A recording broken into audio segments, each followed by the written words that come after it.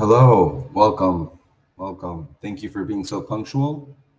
We are going to start in about a minute or two to let some other people trickle in.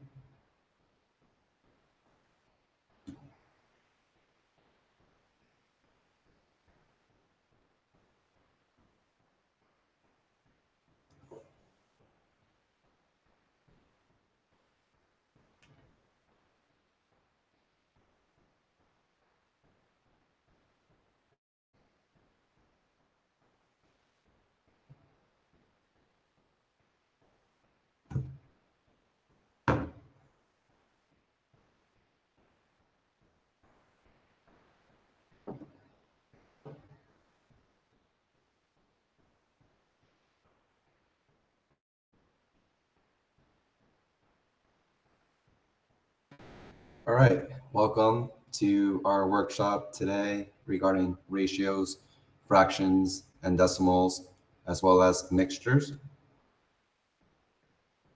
I'll talk a bit about me first. It'll be quick. So I've been coaching the GMAT for over 5 years, coached over 250 MBA hopefuls. I'm currently a full-time coach. I have over 35 five-star reviews on Leland alone. I completed my MBA at the University of Chicago Booth, where I worked a bit with the admissions team. I also do admissions consulting, pretty good track record. And before going on to Booth, I did pre-MBA recruiting, where I received 4 consulting offers, signed with BCG, was a mentor at Booth Consulting Club, and could also, if you want to talk about consulting prep, I'm your guy. All right, so let's talk about today's workshop. We are going to go over exercises regarding the topics mentioned. You will be given 3 to 5 minutes to do each exercise, and then I will explain how I think would be the best way of approaching these problems. I would ask you during this workshop to please mute your microphone. If you have any questions regarding any exercise, on the top left-hand side, you're going to have a question ID. Take a note, and you can write to me via Leland. More than happy to help you. All right, so let's get started with our first exercise, a bit of a warm-up. You have 3 minutes.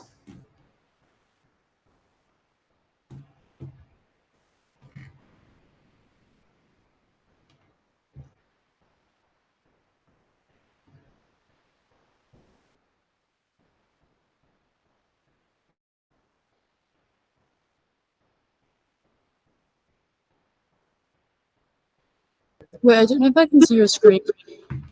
Oh, thank you for letting me know. Sorry about that.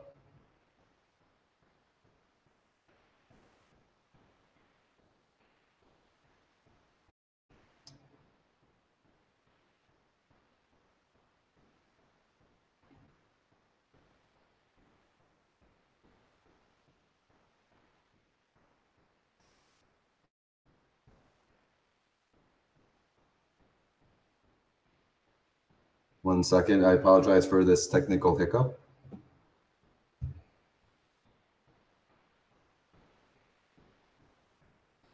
Can you see it now? Yep. Cool. 3 minutes, guys.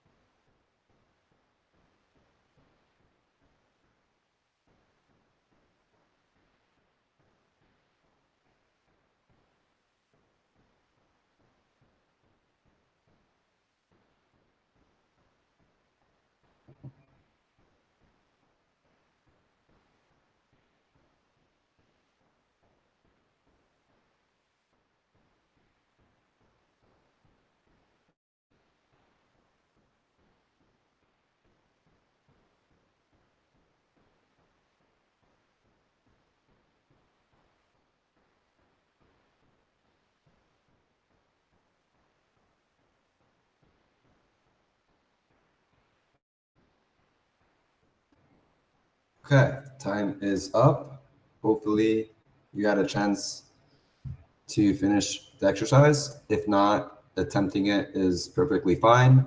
Just sit back and see perhaps a better way of approaching it, how I would approach this. So first we have this addition, 6 over 7 plus 1 over 8. Now we're looking for the sum is within which range, and the answer choices provides us with those ranges. On the answer choices, the left-hand fraction is the min value, and the right-hand fraction is the max value. So let's look at 6 over 7. 6 over 7 is greater than 3/4. So of course, 6 over 7 plus 1 over 8 must be greater than 3 over 4. So we can eliminate answer choice A. Now when we look at 1/8, 1/8 is less than 1/7. And therefore, of course, 6 over 7 plus something less than 1 over 7 must be less than 1. So the sum must be within the range of 1 and 3/4. So B is our answer. You're never going to get this question again. So what's important during your GMAT prep is to really reflect and analyze on what you learned or tools gained from a particular exercise in order to really extrapolate that to other similar questions. So we were organized, we understood our purpose, which was to find a range. We're not trying to calculate the actual sum. Remember, for the QR section, you don't have a calculator. So actually calculating the decimals or the fraction is unnecessary. Great. Let's go on to our next exercise. You have 4 minutes.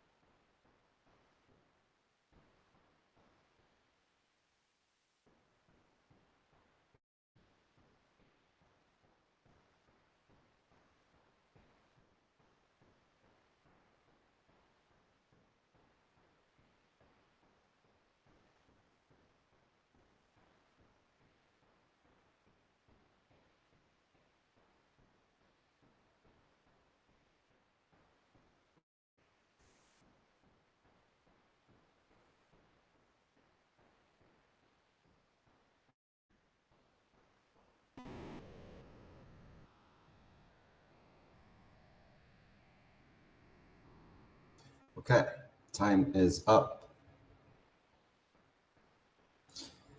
Whenever I go into a GMAT exercise, I don't think about what particular strategy should I use. I think about how can I make my life easy? And then I use the tools that I know to accomplish exactly that. How can I make my life easy? So of course, working with decimals is a lot harder than with fractions, considering you don't have a calculator and you want to accomplish this within 2 minutes. So it's about making your life easy.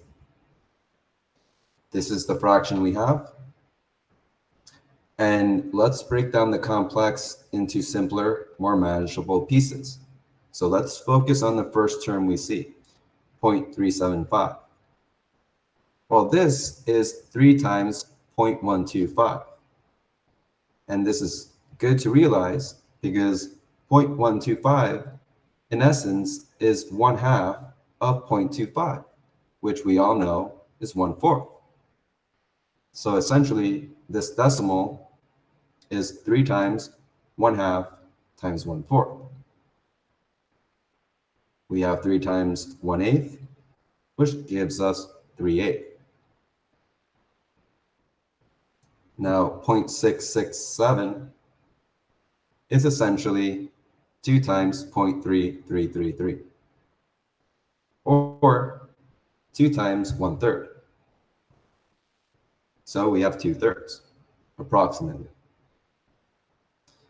Now let's look at 0.2222.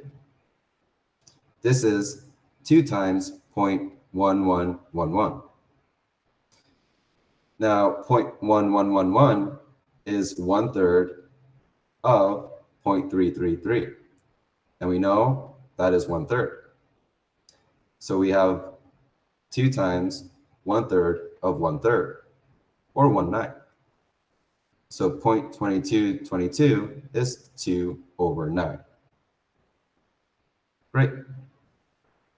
Now let's look at 0.33. We all know it's basically 1/3. 0.1667 is approximately 1/2 of 0.333. So it's 1/2 of 1/3, or 1/6. 0.8333 is essentially 0.5 plus 0.333.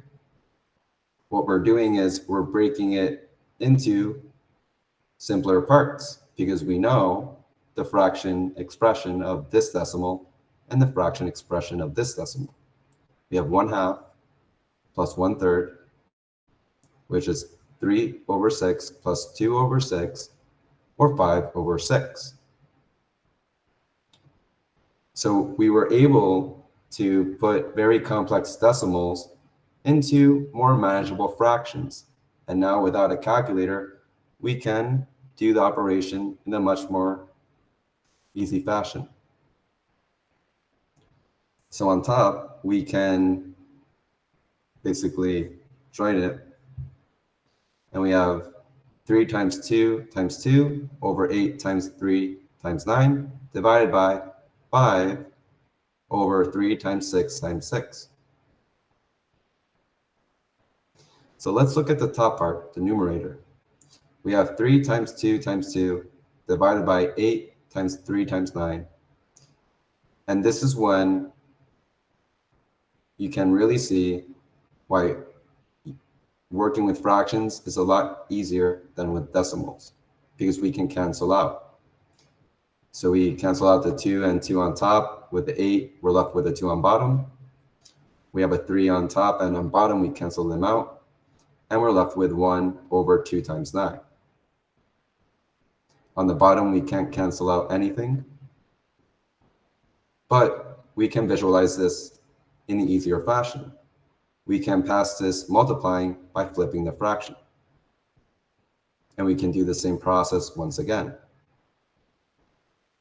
We have 3 times 6 times 6 divided by 2 times 9 times 5. We can cancel this 3 the 3 and the 9, we're left with 2 on the top. We cancel out this 2 with that 2. We're left with 6 over 5, 1.2.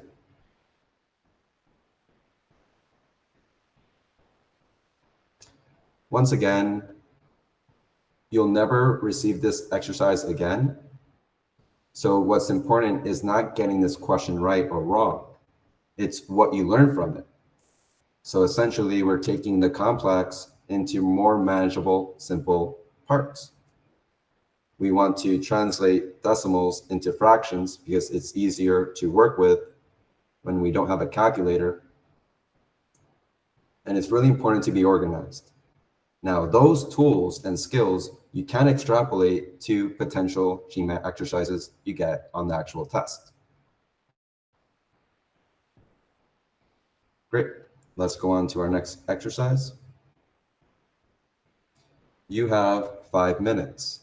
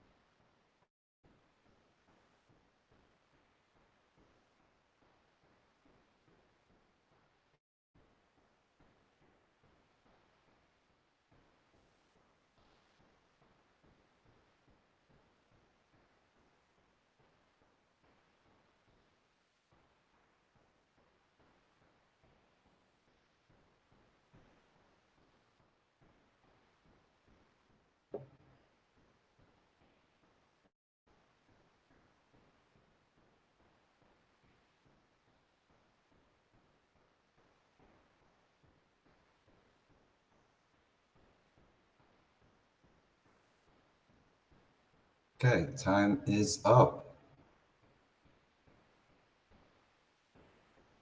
Exercises are becoming a bit more complex, definitely. But let's see how we can solve this in an organized and simple fashion, because that's how you should approach every GMAT, especially quantitative reasoning exercise. So we're looking for how many milligrams will the new smoothie contain of peaches. So PN denotes peaches new, and we're looking for that value. We know that in the new smoothie, there will be 25 milligrams of honey. So HN, honey new, equals 25 milligrams. Now, what we're trying to find is a ratio of HN to PN. If we can find that ratio, we can use the value we're given for honey new to find peaches new. So we know that original honey to original bananas to original peaches is equal to 4 to 160 to 420. We can simplify this ratio by dividing by 4. And we can extrapolate that ratio into a fraction. So HO over BO over PO is equivalent to 1 over 40 over 105. So we're working with fractions once again. We're translating the ratio into something more manageable, a fraction. From this, we can extrapolate that, of course, HO over BO is 1 over 40. We know that HO over PO is 1 over 105, and that BO over PO is 40 over 105. So up until this point, we have done nothing but translating English into math and being as organized as possible. So we have this information given to us in the prompt that the new smoothie will be such that the ratio of honey to bananas is tripled. So that means honey new over bananas new is equivalent to 3 times honey original over bananas original. We know that honey original over bananas original is 1 over 40. So the ratio of honey new to bananas new is 3 over 40. We're also told that in the new smoothie, the ratio of bananas to peaches is halved. So bananas new over peaches new is 1/2 the original ratio. So we have 1/2 of 40 over 105, which is equivalent to 40 over 210.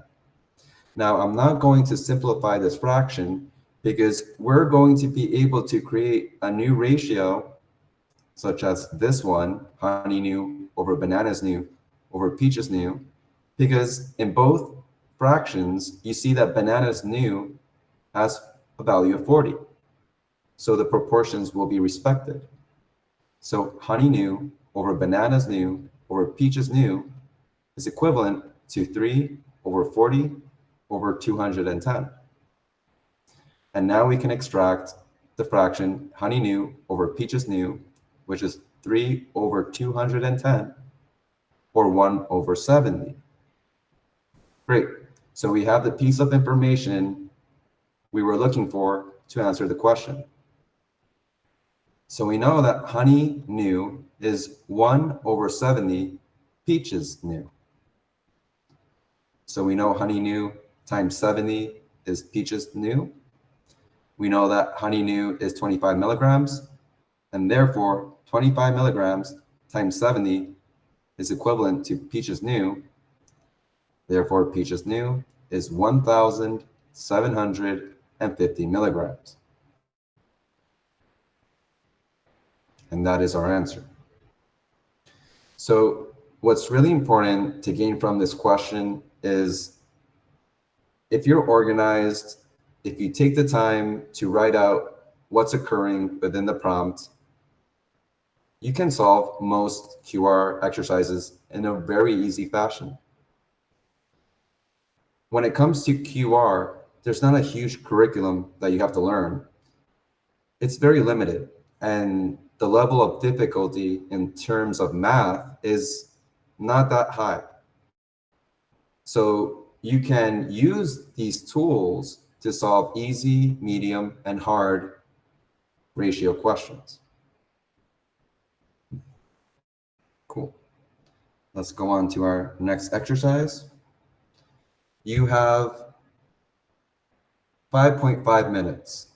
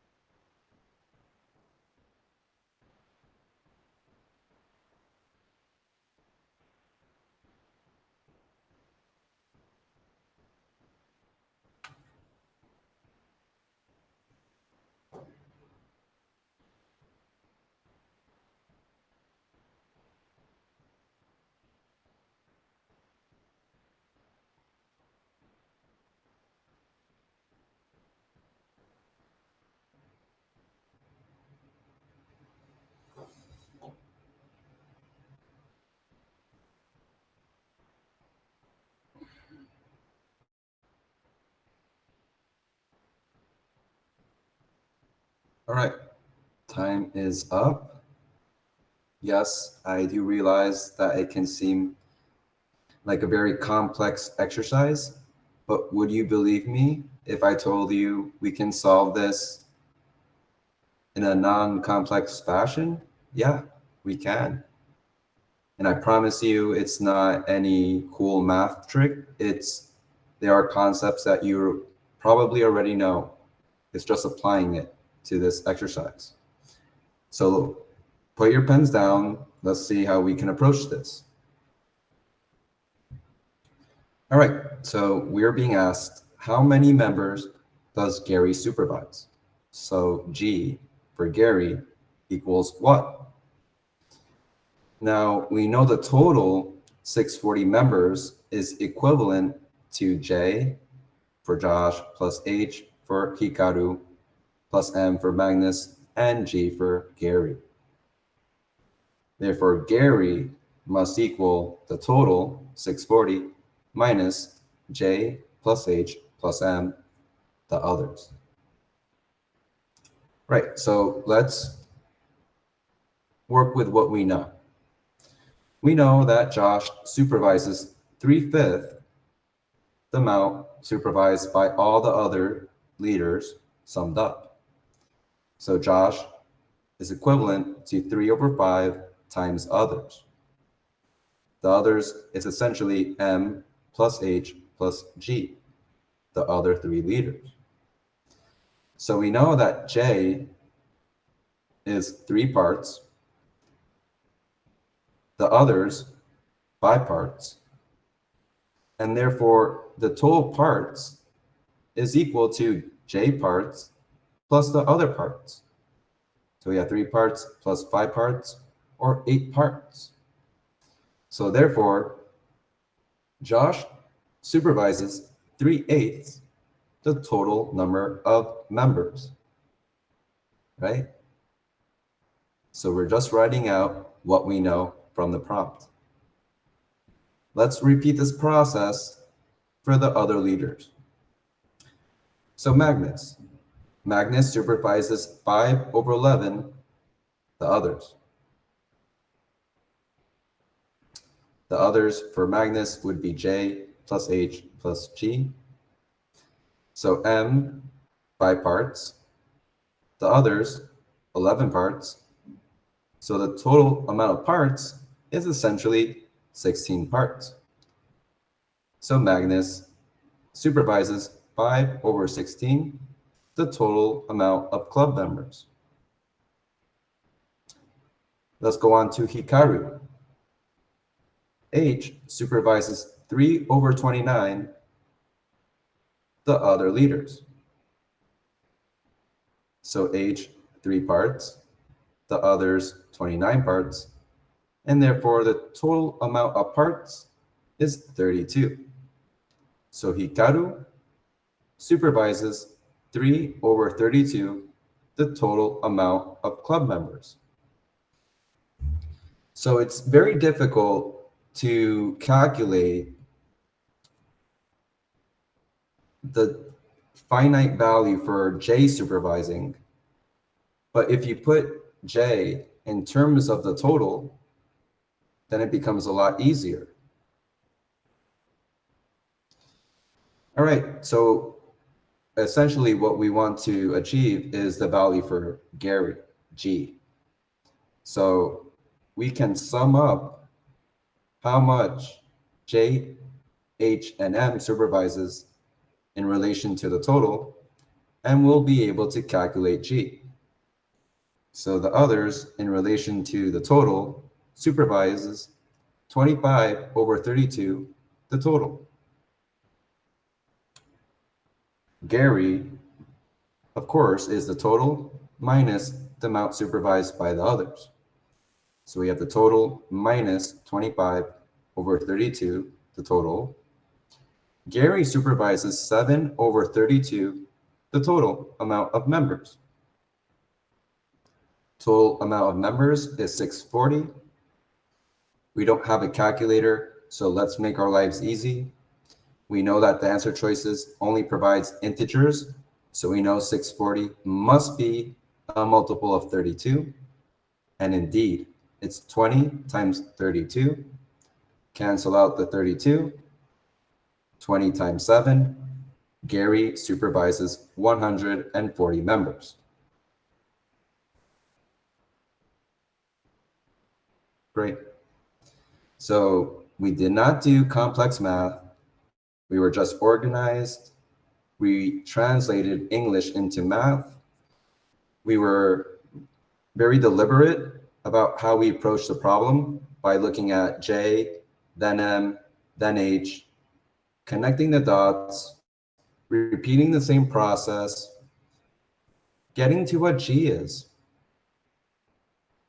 So the GMAT is not about complex curriculum. It's about reasoning. Great. Let's go on to the next exercise. You have 4 minutes.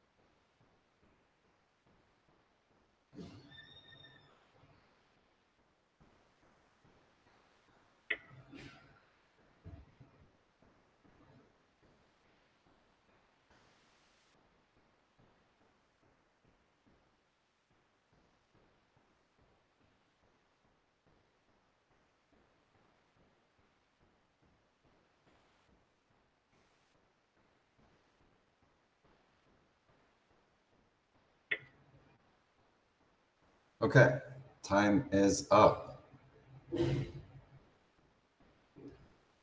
Important thing is that you attempt the exercise. Great, so let's see how we can approach this. Now, I like to draw.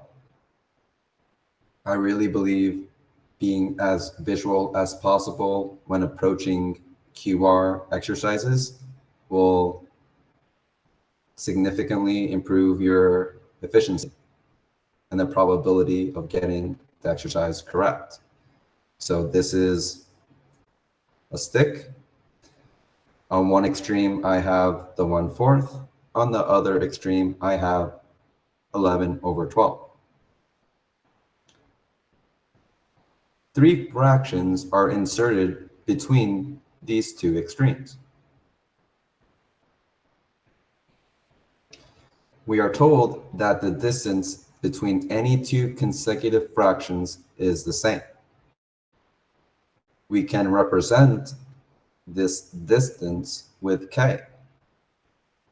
We don't know the value of k yet, but we know that it must be the same between each fraction.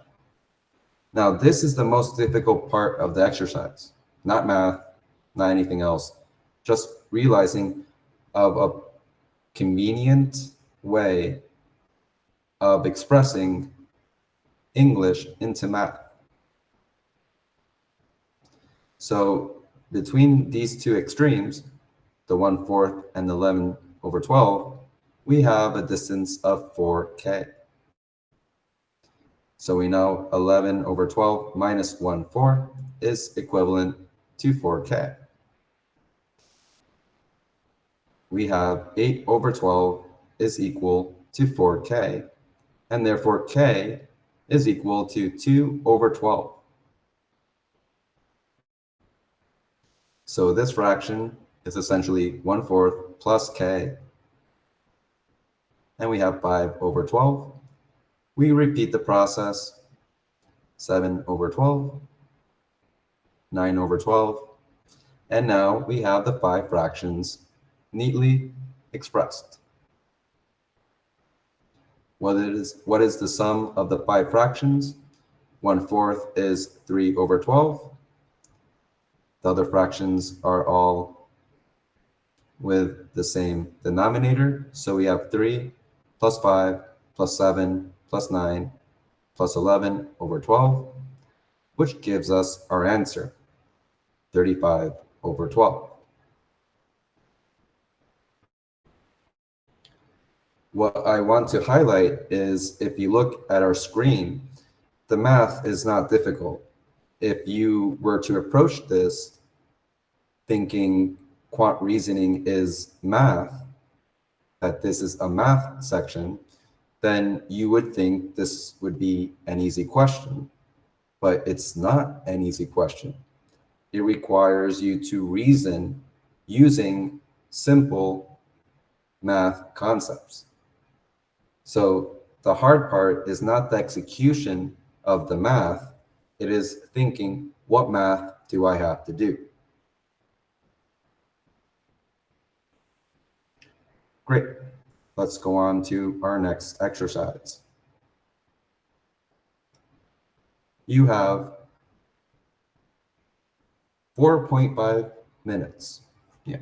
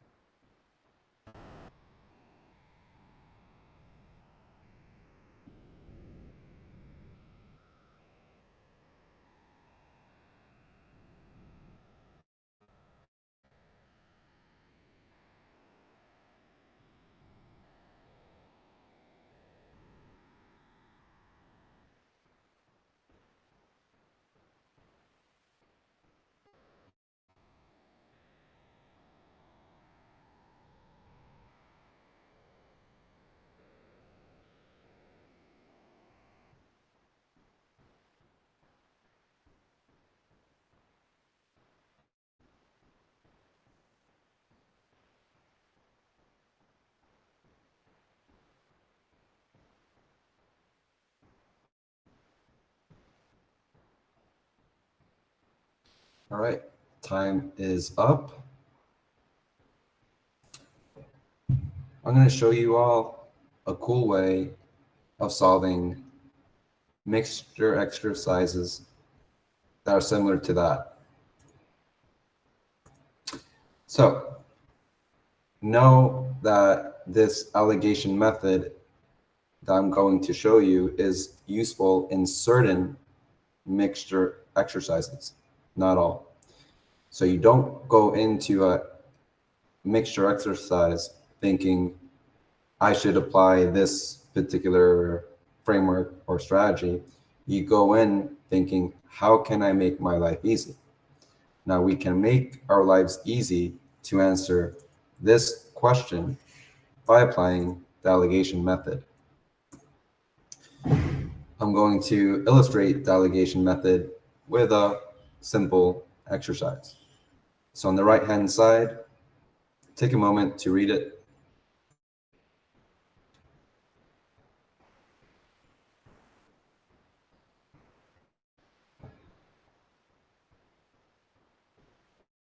Great. So this is our allegation box.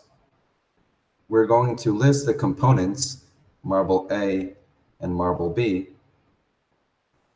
We are going to input the component's value. So A is worth 5, B is worth 15. We are then going to put the value for the mixture's average. So we have the bag of 100 marbles that's worth $800. So the average is $8 per marble. We can then see how many parts of this mixture pertain to marble A and marble B. We do this by looking at the true value difference between B's value to the average, and this gives me the other component's part.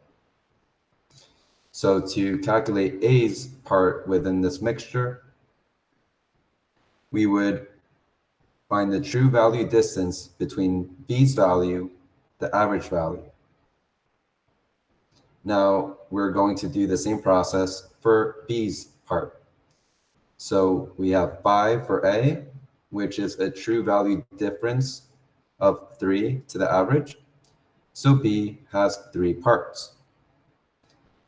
Now, when you're first implementing allegation method into your practice, you might find it difficult to remember this procedure when calculating each component's parts, but you can always make a logical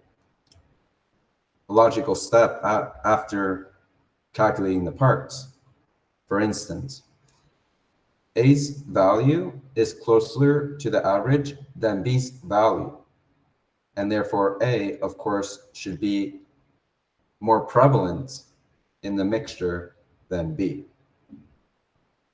So A's parts should be greater than B's part. Then we can easily illustrate part to part or component to component, 7 to 3. When we want to calculate component to whole, of course, it would be for A, A's parts to A plus B, because that's the total. So what we have essentially is A is 7 to 10, the total, and B is 3 to 10, the total. So A is 7/10 total marbles, which gives us 70 marbles for A, and B can easily be calculated by 100 minus 70, which gives us 30. Right, great. So we know the allegation method. We are going to apply it to this exercise. We are looking for what percent of the mixture is perfume A. So we're looking for the fraction A over total and put it into percentage form. This is our allegation framework. And we know that the value for the fragrance of A is 20 and that of B is 45. We know that the mixture has an average of 35% fragrance. And now we can calculate A parts by essentially doing B's value minus the average value, which gives us 10. And when we do the same for B's part, we have 20 minus 35 gives us a true value distance of 15. So A's part is 10, B's part is 15. A to B becomes 2 to 3. And we can extrapolate fractions. Of course, we know this. And we know that A is 2/3 B, and that B is therefore 3/2 A. We know that A in relation to the total is 2 to 5, and B is 3 to 5, the total. So in reference to the question being asked, A over total is therefore 2 over 5, which gives us 40%. So this is a very useful tool to solve certain mixture exercises. Great, let's go on to our next exercise. You have 4.5 minutes.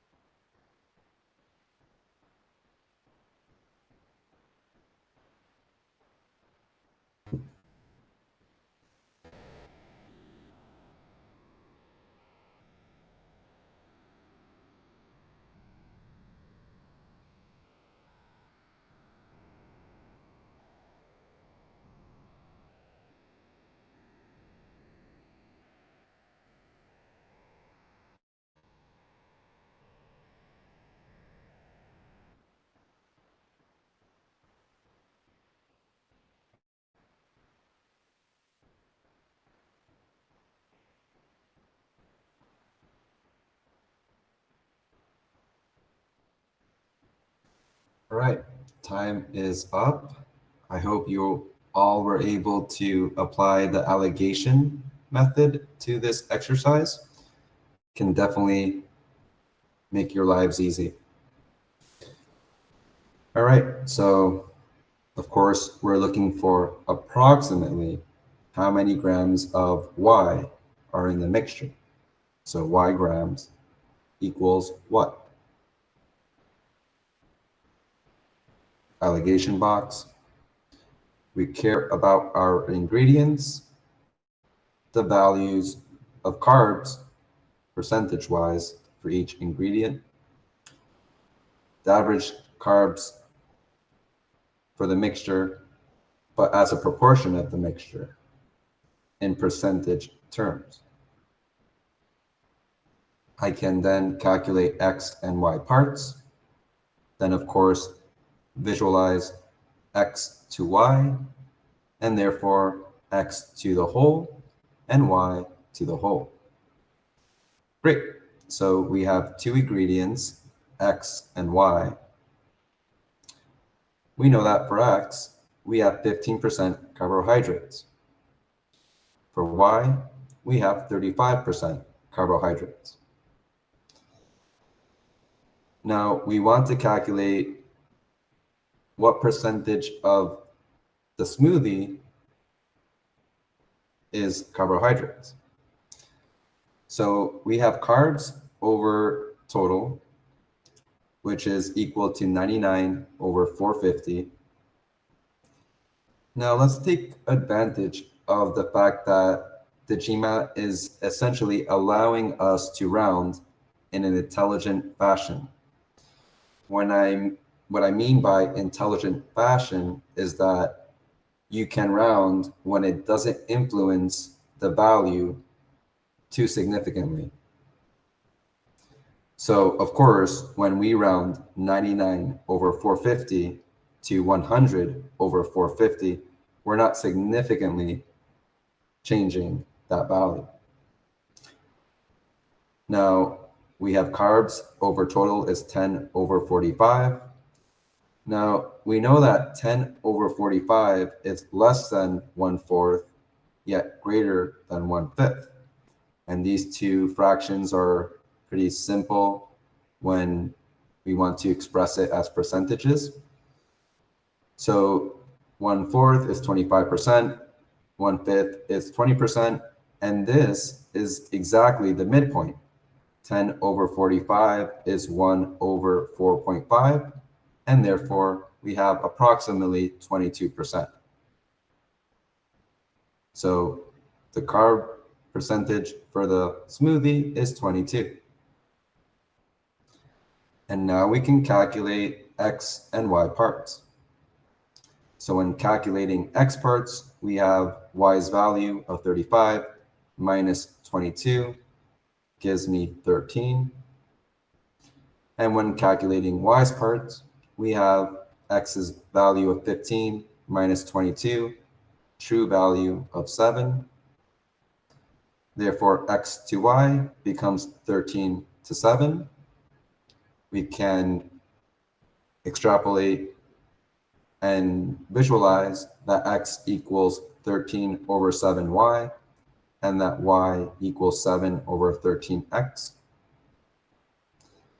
And then X to the whole would be 13 to 20, because we have 13 plus 7 parts in the total smoothie.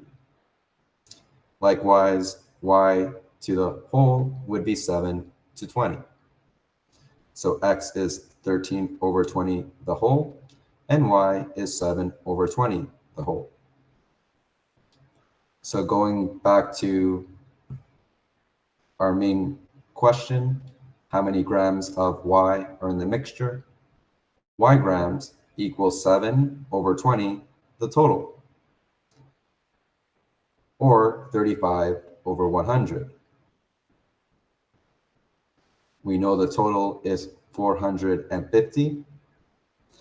And I'm going to show a cool arithmetic tactic that I use to quickly solve these types of products. So we have 35% of 450.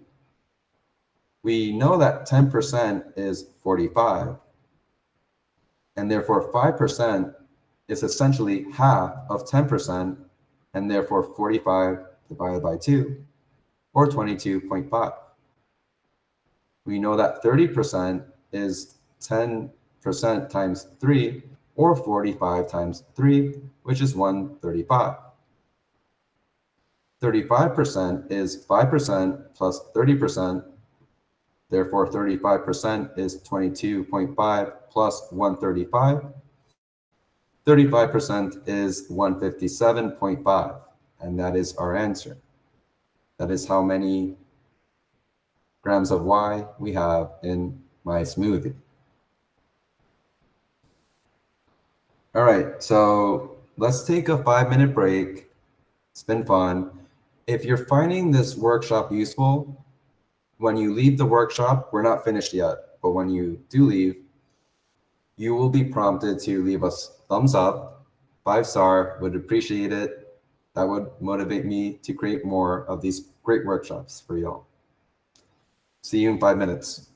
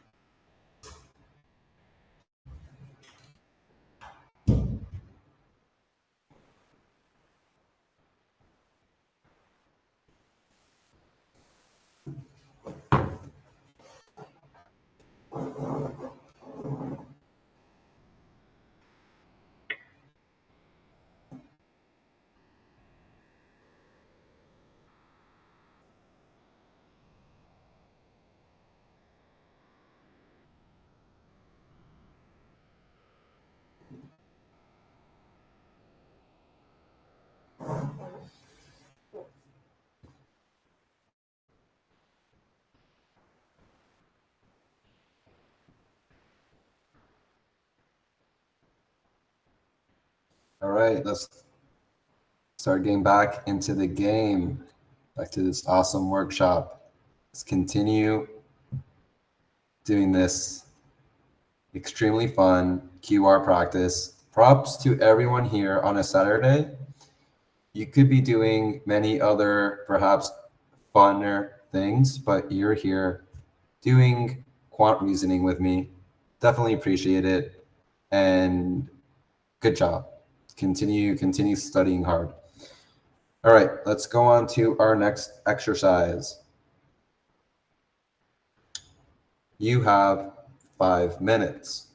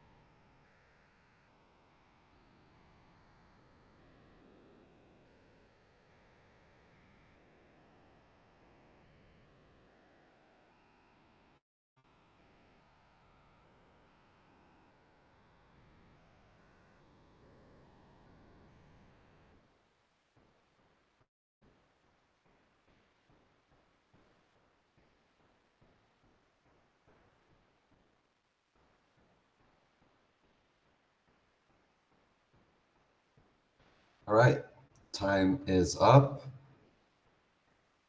Hope you all had time to attempt this exercise. If you didn't finish, that's fine.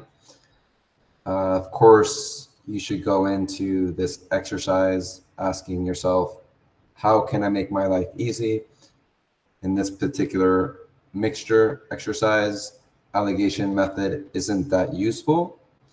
What is useful is drawing. So I have this original solution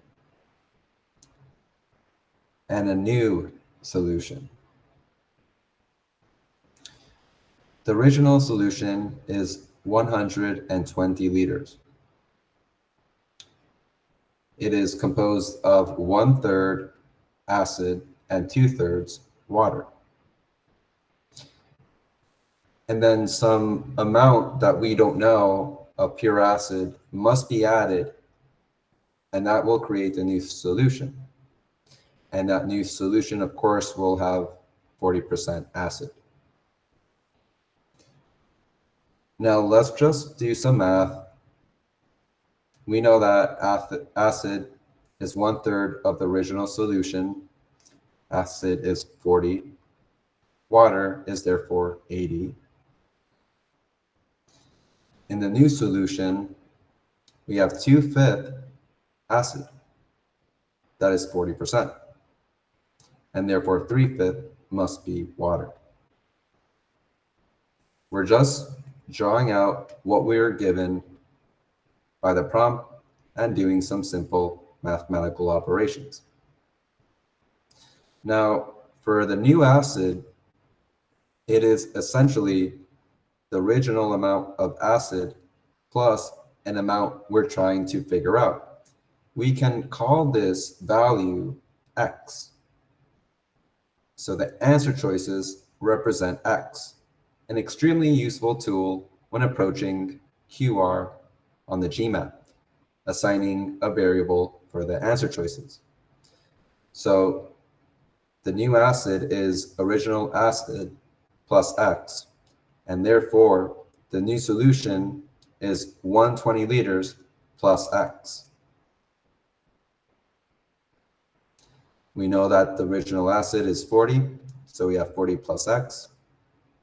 And the new water is the same amount.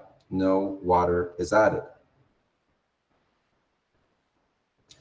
We know that acid new over solution new must equal 2/5, essentially 40%. We know that the new acid is 40 plus x, and the new solution is 120 liters plus x. So 40 plus x over 120 plus x must equal 2/5. And now we can solve for x. So we have 40 plus x is equal to 2/5 times 120 plus x. What we're doing is passing the 5 over here, multiplying. So we have 5 times 40 plus x is equivalent to 2 times 120 plus x. 200 plus 5x equals 240 plus 2x. We pass the 2x over here, subtracting, and we pass it 200 over here, subtracting. We're left with 3x equals 40, and x equals 40/3.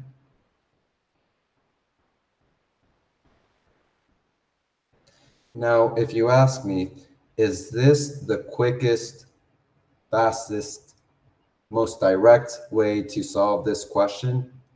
The answer is no, it is not.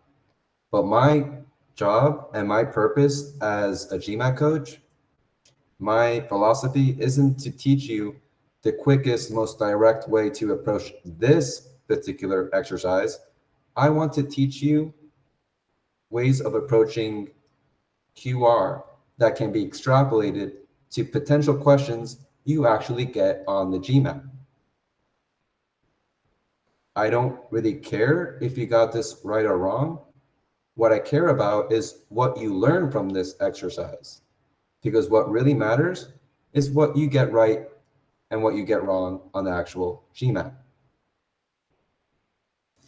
So just being organized, being visual, writing out what you know, do not worry about what you don't know, and assigning a variable for the answer choices. And you can solve this, definitely. Great, let's go on to the next exercise. You have 5 minutes.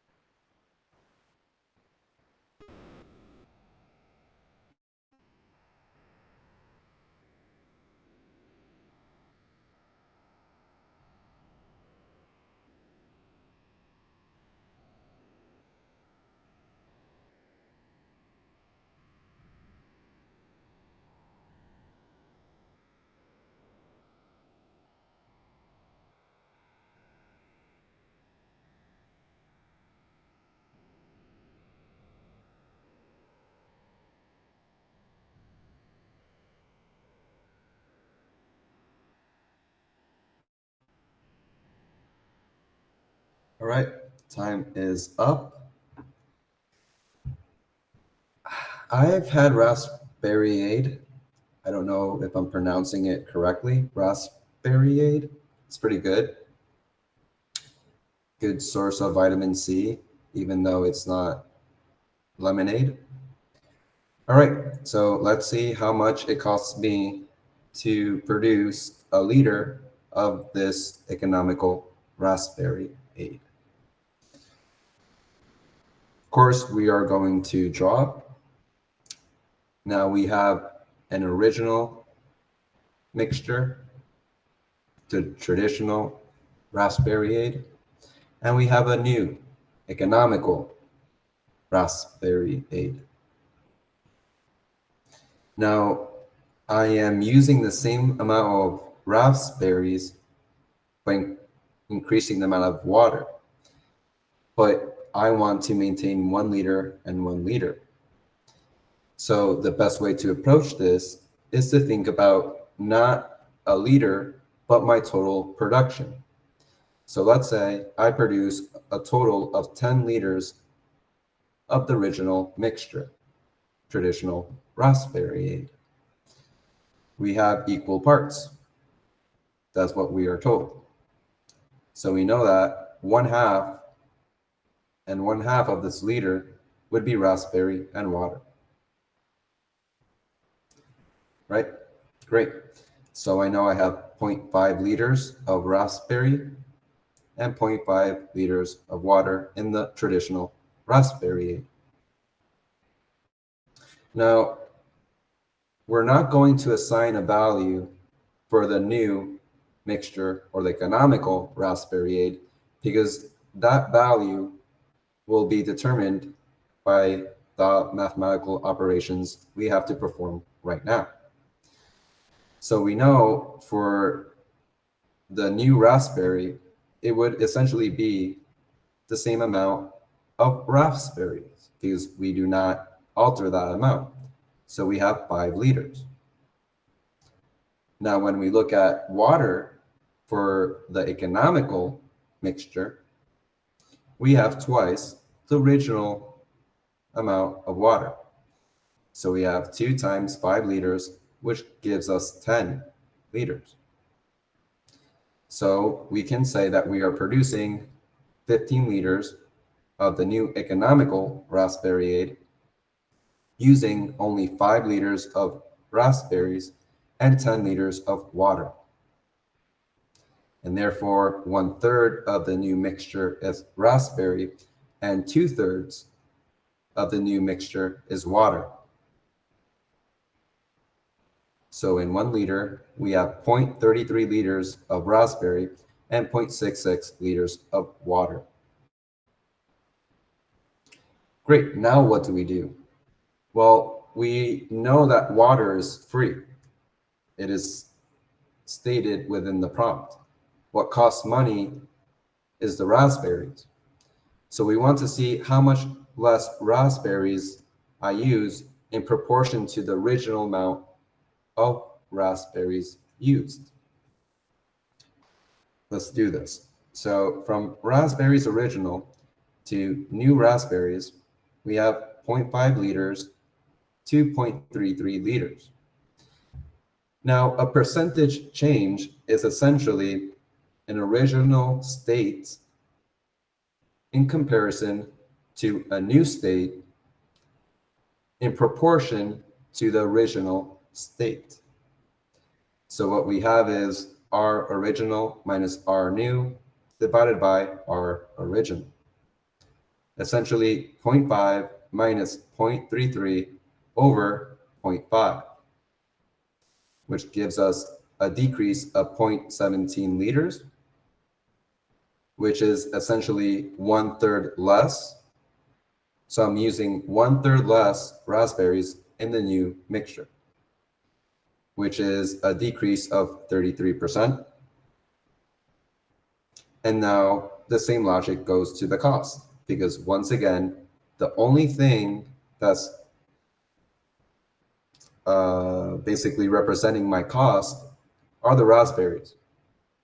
So if I decrease the raspberries by 33%, then my cost should also decrease by 33%. So our original cost is $1.20 per liter. When we reduce this by 33% or by 1/3, we have a decrease of $0.40 per liter, and therefore our new cost should be $0.80. B is our answer.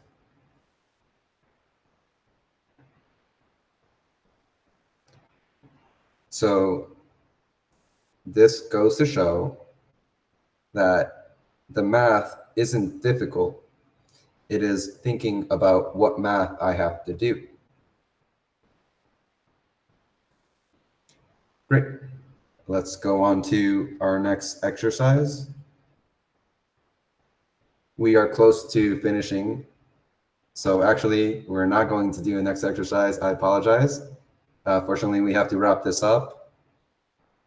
Like I said, if you enjoyed today's session, please take a moment when you leave this workshop to put a thumbs up, 5-star review, write or do not write anything, that's fine.